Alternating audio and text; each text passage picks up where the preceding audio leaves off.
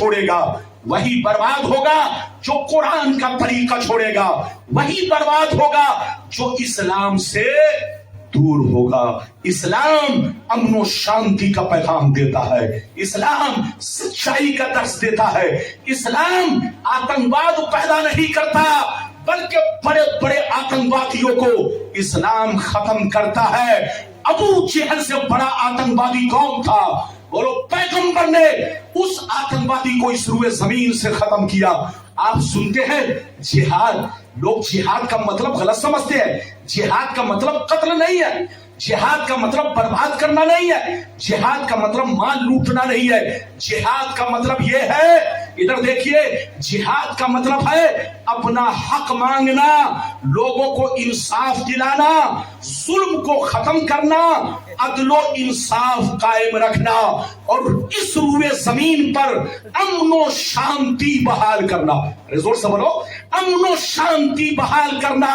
بولو، گنڈے، بدماش، چور، آتنکوادی کو ختم کرنا، امن و شانتی بحال کرنے کا نام اسلام ہے۔ تو اسلام کو بدنام آپ خود کرتے ہو۔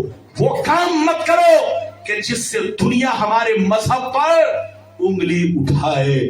قسم خدا، اگر تم سچے مسلمان بنو گے تو تم کو دیکھ کر لوگ چلنا سیکھیں گے، تم کو دیکھ کر لوگ کھانا سیکھیں گے، تم کو دیکھ کر لوگ پینا سیکھیں گے۔ یاد رکھیے، شرط یہ ہے کہ آپ سچے مسلمان بنو، ڈپلیکیٹ مت بنو، نبی کے راستے پر چلو، نبی کے فرمان پر چلو، قرآن و حدیث کو مضبوطی سے پکڑو۔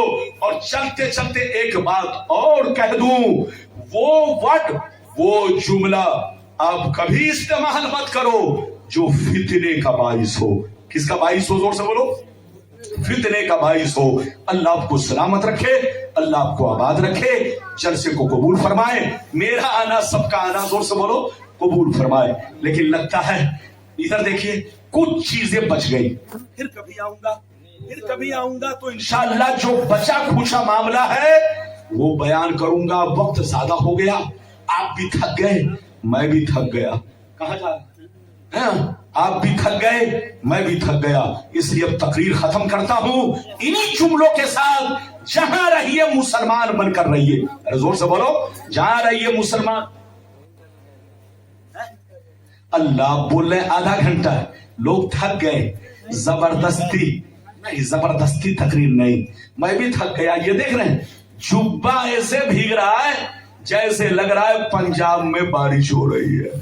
ارے زور سے ایسے بھیگ رہا ہے جیسے لگ رہا ہے پنجاب میں بارش ہو رہی ہے، رکنے کا نام نہیں۔ تو تقریر کرنا کوئی آسان نہیں ہے، پورے بدن کی نسیں ہٹ ہو جاتی ہے، اور اگر مائک سامنے بلڈوزر بن کے آئے تو ٹکرانا بھی اس سے سب کے بس کی بات نہیں ہے۔ کبھی کبھی ادھر دیکھیے، مائک والا جب وہ الٹا پلٹی سیٹنگ کرتا ہے تو یہ مائک بلڈوزر بن جاتا ہے۔ اس کو سب کا سینہ نہیں جھیل پاتا، اسی کا سینہ جھیل پاتا ہے جس کو برداشت کرنے کی چھمتا ہے، برداشت کرنے کی طاقت ہے۔ جو انشاءاللہ پھر کبھی آؤں گا، جو حدیثیں رہ گئی انشاءاللہ اب تک پہنچاؤں گا، بالکل آپ چونکہ لوگ گھبرا جائیں۔ ادھر دیکھیں، بات اتنی ہی کیجئے جتنا لوگ برداشت کر سکے۔ بولو ہاں، تو جہاں رہیے اچھی زندگی گزاریے، مسجد کو بھی آباد رکھیے، گھر کو بھی آباد رکھیے، دل کو بھی آباد رکھیے۔ یہ 3 پوائنٹ ہے۔ مسجد بھی آباد، گھر بھی آباد، دل بھی آباد۔ مسجد آباد ہوتی ہے عبادت سے، کس سے؟ اور گھر آباد رہتا ہے قرآن کی، اور دل آباد رہتا ہے اللہ رسول کی محبت سے۔ تو جہاں رہیے محبت بھی کیجئے، عبادت بھی کیجئے، اور صبح صبح اٹھ کر قرآن کی تلاوت بھی کیجئے۔ اللہ آپ کو سلامت رکھے، آباد رکھے، جلسے کو قبول فرمائے، میرا آنا، آپ کا آنا، سب کا آنا قبول فرمائے۔ اور اگر میرے بیان میں کہیں سے لغزش ہوئی ہو، کہیں سے جوش میں غلط ورڈ نکل گئے ہو تو آپ لوگ ناراض نہیں ہوں گے، بولو معاف کر دیں گے۔ کوئی غلط ورڈ نکلا ہو تو معاف کر دیں گے۔ کبھی کبھی جوش میں، ارے بولو، آدمی کے زبان سے کچھ ایسے جملے نکل جاتے ہیں، ایسے ورڈ نکل جاتے ہیں جس سے لوگوں کو تکلیف ہوتی ہے. ادھر دیکھیے, ڈاکٹر جب آپریشن کرتا ہے تو مریض کو تکلیف ہوتی ہے. بولو کیا ہوتی ہے؟ تکلیف ہوتی ہے. لیکن جب مریض اچھا ہوتا ہے تو کہتا ہے ڈاکٹر صاحب بہت اچھے ہیں. بولو کہتے ہیں کہ نہیں؟ تو عالم بھی ڈاکٹر ہے. زور سے بولو, عالم بھی ڈاکٹر ہے. دنیا کا ڈاکٹر ادھر دیکھیے جسم کا آپریشن کرتا ہے, لیکن آپ کا عالم آپ کے اندر جو گڑبڑی پیدا ہوتی ہے اس کا آپریشن کر کے علاج کرتا ہے.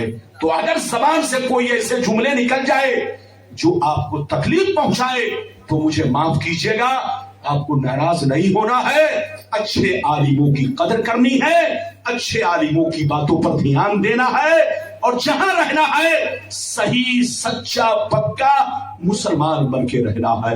اللہ آپ کو سلامت رکھے, آباد رکھے, جلسے کو قبول فرمائے, میرا آنا سب کا آنا قبول فرمائے. کیا کیا جائے؟ جلسہ ختم کیا جائے یا اور کوئی پڑھیں گے؟ میری تقریر ختم ہو گئی, لیکن کچھ لوگوں کی خواہش ہے کہ جلسہ کچھ دیر